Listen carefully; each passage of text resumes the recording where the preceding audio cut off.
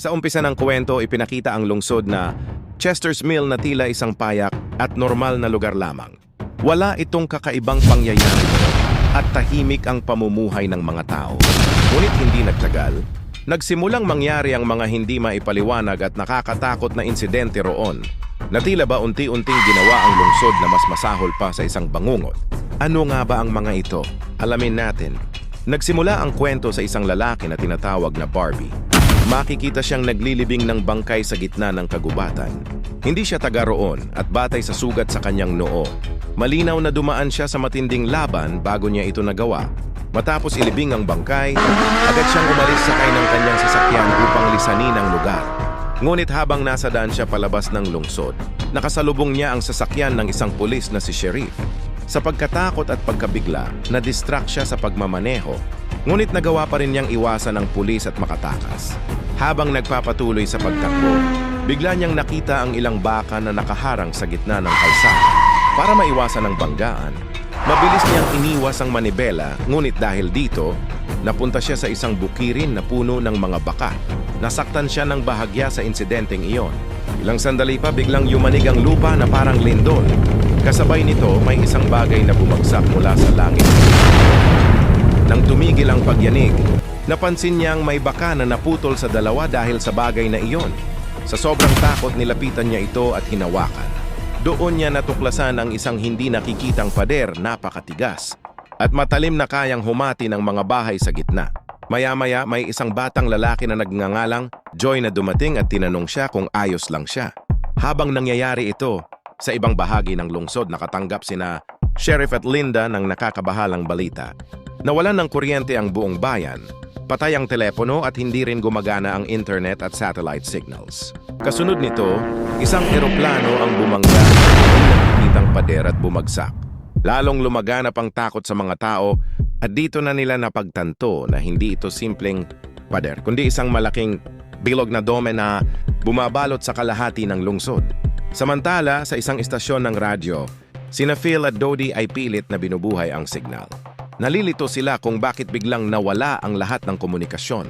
Naisip ni Phil na maaaring pagkakataon ito para sumikat ang kanilang programa, kaya sinubukan nilang ayusin ang transmission. Sa kabilang banda, may fire truck na papalapit sa dome. Itinuro ni Barbie ang hindi nakikitang harang upang maiwasan ang aksidente, kaya napahinto ang truck bago pa ito bumangga. Maya-maya, dumating ang mga pulis upang imbestigahan ang nangyayari. Ngunit kahit sila, hindi maipaliwanag ang misteryosong dome. Dumating din si Big Jim, isang konsehal ng lungsod, ngunit wala rin siyang alam kung ano ito. Nalaman ng mga autoridad na sarado na ang lahat ng kalsadang labas at papasok sa lungsod dahil sa mga aksidenteng dulot ng dome. Sa ibang lugar, si Junior ay nakikipaglapit kay Angie, isang nurse at kapatid ni Joe. Pagkatapos ng kanilang pagiging malapit, inamin ni Junior ang kanyang nararamdaman, ngunit malinaw na sinabi ni Angie na wala siyang pagtingin sa kanya. Dahil dito, nasaktan si Junior at nauwi sa pagtatalo ang dalawa. Lumala ito hanggang sa sinampal ni Angie si Junior bago umalis. Kasabay nito, may pamilyang papunta sa Chester's Mill, sina Caroline, Alice at Nori. Wala silang kamalay-malay na natatakpan na pala ng dome ang lungsod na kanilang pupuntahan. Sa kabilang dako, si Julia, isang investigative reporter na kilala sa lungsod, ay nakatanggap ng impormasyon mula sa isang babae. Ayon dito, may 6 na truck ng propane na nakita sa Chester's Mill na maaaring may kaugnayan sa isang masamang plano. Bagamat nangako si Julia na sisiyasatin ito, hindi niya ito nabigyang pansin dahil sa dami ng kanyang trabaho. Samantala, nagdeklara si Big Jim ng emergency sa pamamagitan ng radyo. Narinig ito ni Caroline, ngunit inakala niyang patalastas lamang kaya hindi niya ito sineryoso. Dahil dito muntik siyang mabangga sa dome, ngunit nakaiwas siya nang may naunang bumangga na truck. Sa matinding shock, nagkaroon ng seizure si Nori at nawalan ng malay. Bago siya mawalan ng malay, nabanggit niya ang tungkol sa Pink Star. Agad siyang dinala sa ospital na puno ng mga sugatan mula sa mga aksidente. Habang tinutulungan ni Julia at Barbie ang mga biktima, nalaman ni Julia na ang kanyang asawa ay isang doktor sa ospital. Ngunit nang hanapin niya ito, wala ito roon. Natuklasan pa niya na hindi pala talaga nagtatrabaho ang kanyang asawa tuwing linggo at madalas siyang nagsisinungaling. Sa labas ng ospital, nakita sina Barbie at Angie na magkasama na nagdulot ng matinding selos kay Junior. Kasabay nito, tuluyang isinara ng militar ang buong hangganan ng lungsod. Maraming siyentipiko ang dumating ngunit wala pa ring makapagpaliwanag sa nangyayari.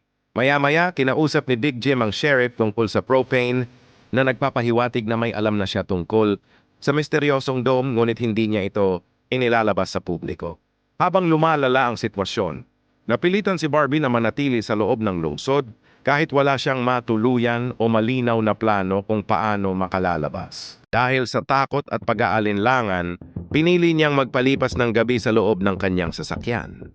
Habang tahimik ang paligid, nilapitan siya ni Junior at mahigpit na binalaan na huwag lalapit kay NG. Sa unay paalala lang, pero kalaunan ay naging malinaw na pagbabanta ang tono nito. Naguluhan ng hipag at hindi niya maunawaan kung ano ang nagawa niyang mali. Mabuti na lang at dumating si Julia kaya naputol ang tensyon. Lumipat ang tagpo sa isang masayang pagtitipon ng mga kabataan. Nandon si Joy, nakikihalubilo at nakikipagkwentuhan sa isang lalaki tungkol sa kakaibang nangyayari sa kanilang lugar. Ngunit bigla siyang nangisay at tila nawalan ng kontrol habang binabanggit ang tungkol sa Pink Star gaya ng naunang sinabi ni Nori. Samantala, nag-iisa sa bahay si NG nang biglang sumulpot si Junior.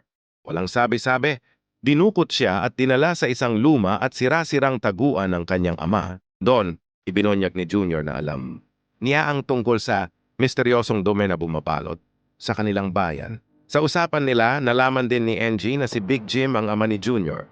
Ipinagmalaki pa ni Junior na ang taguang iyon ay itinayo ng kanyang ama bilang proteksyon para sa kanilang pamilya. Sa kabilang panig, dinala ni Julia si Bobby sa kanyang bahay. Ngunit nang mapansin ni Bobby ang larawan ng asawa ni Julia, nanlumo siya. Dahil iyon ang lalaking hindi sinasadyang napatay niya kaninang umaga habang binabantayan nila Linda at ng sheriff ang mga sasakyan upang maiwasan ang aksidente sa dome. Bigla na lamang inatake ang sheriff at doon na siya nalagutan ng hininga. Mula rito, bumalik ang kwento sa nangyari kaninang umaga. Nakipagkita si Bobby sa doktor, ang asawa ni Julia, upang pag-usapan ng bayad.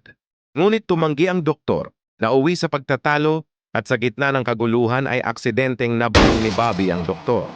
Dahil sa takot sa kaparusahan, itinago niya ang bangkay sa gubat.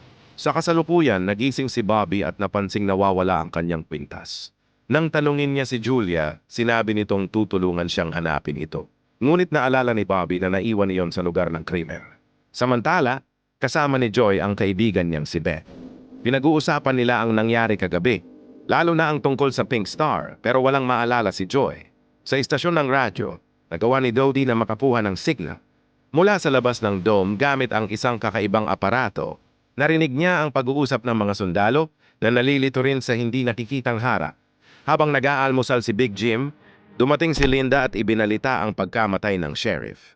Dahil dito, hinanap nila si Lester, ang taong nag-aasikaso ng mga bangkay sa bunker. Samantala, sinubukan ni Angie na humingi ng tulong mula sa loob ng taguan ngunit bigo siya. Pagdating ni Joy, itinali siya nito sa kama gamit ang kadena. Nang makausap ni Big Jim si Lester nang walang ibang nakakarinig, napag-usapan nila ang lihim na pagpasok ng propane sa bayan nung nakaraang buwan, isang sikreto nilang tatlo. Kasama ang sheriff. Ngayon napatay na ang sheriff, hindi na ito maibubunyag na ikinagaan ng loob nila. Sa istasyon ng pulis, nadatnan ni Linda si Big Jim na naghahalongkat sa opisina ng sheriff. Nagdahilan itong hinahanap ang huling habilin, pero ang totoo'y ang mga papeles tungkol sa propane ang pakay niya. Agad niyang pinapunta si Lester sa bahay ng sheriff upang kunin ang mga ito. Samantala sa radyo, nalaman ni Julia na sinusubukan ng mga sundalo sa labas na sirain o hukayin ang dome ngunit hindi sila nagtatagumpay. Ipinakalat niya ang balitang ito sa buong bayan na nagdulot ng matinding takot sa mga tao.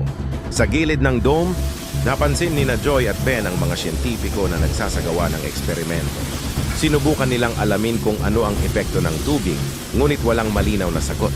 Gayunpaman, napansin ni Joy na parang nakakadaan ang ordinaryong tubig at inisip niyang tila isang bitag ang dome. Samantala, bumalik si Barbie sa cabin ng doktor upang hanapin ang kanyang kwintas. Nakuha niya ito, ngunit nahuli siya ni Junior. Nang tanungin siya nito tungkol kay Angie, kinutuban si Barbie na baka na-booking na siya, kaya agad niyang pinagbubugbog si Junior upang hindi ito makapagsalita. Sa kabilang dako, natagpuan ni Lester ang mga papeles sa bahay ng sheriff at sinunog ang mga ito. Ngunit hindi niya inaasahan na kakalat ang apoy sa buong bahay. Mabilis itong nilamon ng apoy.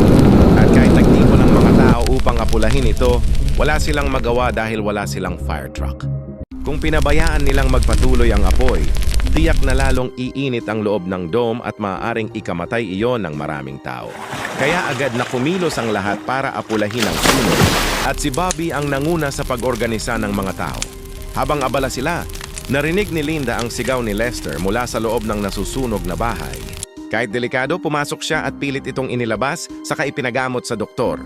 Ngunit kahit isang oras na ang lumipas, hindi pa rin nila makontrol ang apoy. Lalo pa itong lumakas. Dahil dito, nagdesisyon si Jim na gumamit ng loader para pabagsakin ang bahay. Matapos gumuho ang bahay, unti-unting humina ang apoy. Nagtipo ng mga pagod na tao, ngunit isang pulis na si Paul ang nawalan ng pag-asa. Sinabi niyang hindi sila makakatakas sa dome dahil pati usok ay hindi makalabas. Para sa kanya, doon na sila mamamatay. Sa sobrang galit, nagpaputok siya sa ere. Ngunit tumalbog ang bala sa dome at tumama sa kapwa pulis na agad namatay. Dahil dito, inaresto si Paul.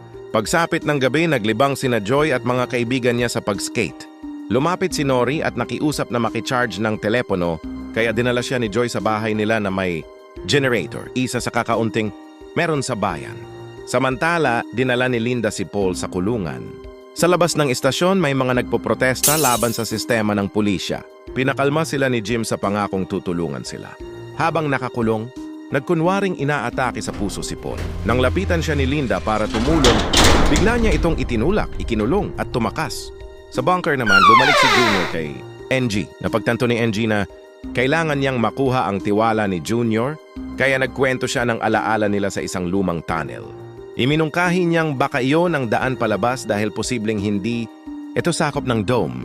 Inakala niyang makokontrol na niya si Junior, pero iba ang nangyari. Si Junior mismo ang nagplano na puntahan ang tunnel. Sa istasyon ng pulis, nadatna ni Jim na si Linda ang nakakulong. Agad niya itong pinalaya at nalaman nilang armado si Paul. Dahil alam ni Linda na mahilig mangaso si Paul sa gubat, doon siya agad nagpunta. Samantala, bumuo si Jim ng grupo para tugisin siya at isinama si Barbie dahil sa ipinakita nitong kakayahan kanina. Habang papunta sa gubat, ibinahagi ni Barbie na may karanasan siya sa militar. Samantala, napansin ni Julia si Junior na nagmamadaling may dalang bag. Dahil sa hinala, sinundan niya ito hanggang sa tunnel. Sa bahay ni Joy, sabay na nag-aalmusal sina Joy at Nori.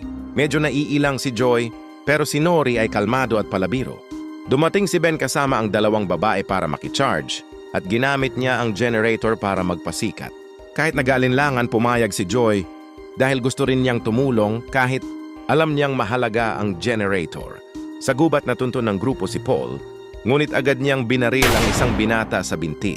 Naiwan ang isa para tulungan ito habang hinabol ni na Jim at Barbie si Paul. Sa tunnel, nalaman ni Junior na pati iyon ay sakop ng dome. Nang subukan niyang lapitan ng pader, nag-react ang kanyang ilaw. Dumating si Julia at pinigilan siya. Nagalit si Junior dahil sinusundan siya at paulit-ulit niyang sinuntok ang hindi nakikitang harang. Pinakalma siya ni Julia.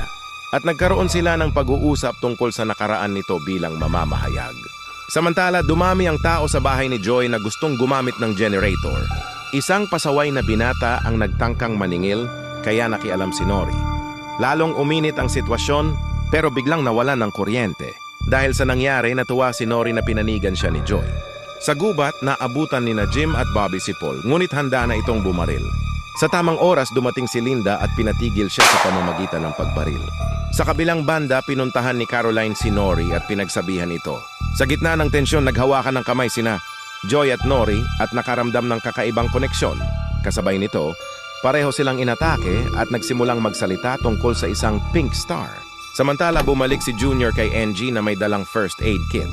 Ginamot ni NG ang kanyang sugat at lihim na itinago ang tungkol sa kanilang kakaibang nararanasan. Sa huli, umuwi sina Julia at Barbie matapos ang maghapong pagod. Ngunit hindi mapakali si Julia, lalo na sa kanyang hinala kay Bobby. Kaya nang mag-isa na ito, sinimulan niyang silipin ang mga gamit nito